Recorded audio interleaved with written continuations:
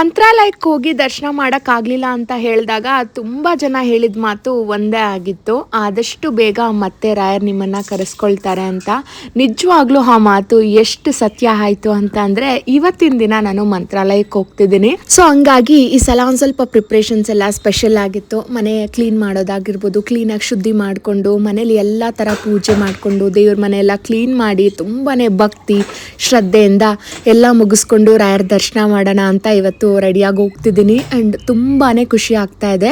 ಆಮೇಲೆ ಎಷ್ಟು ಬೇಗ ಮತ್ತೆ ಮಂತ್ರಾಲಯಕ್ಕೆ ಹೋಗೋ ಅವಕಾಶ ಸಿಕ್ತಲ್ಲ, ನಿಜವಾಗ್ಲೂ ತುಂಬಾ ಖುಷಿ ಕೊಡ್ತಿದೆ.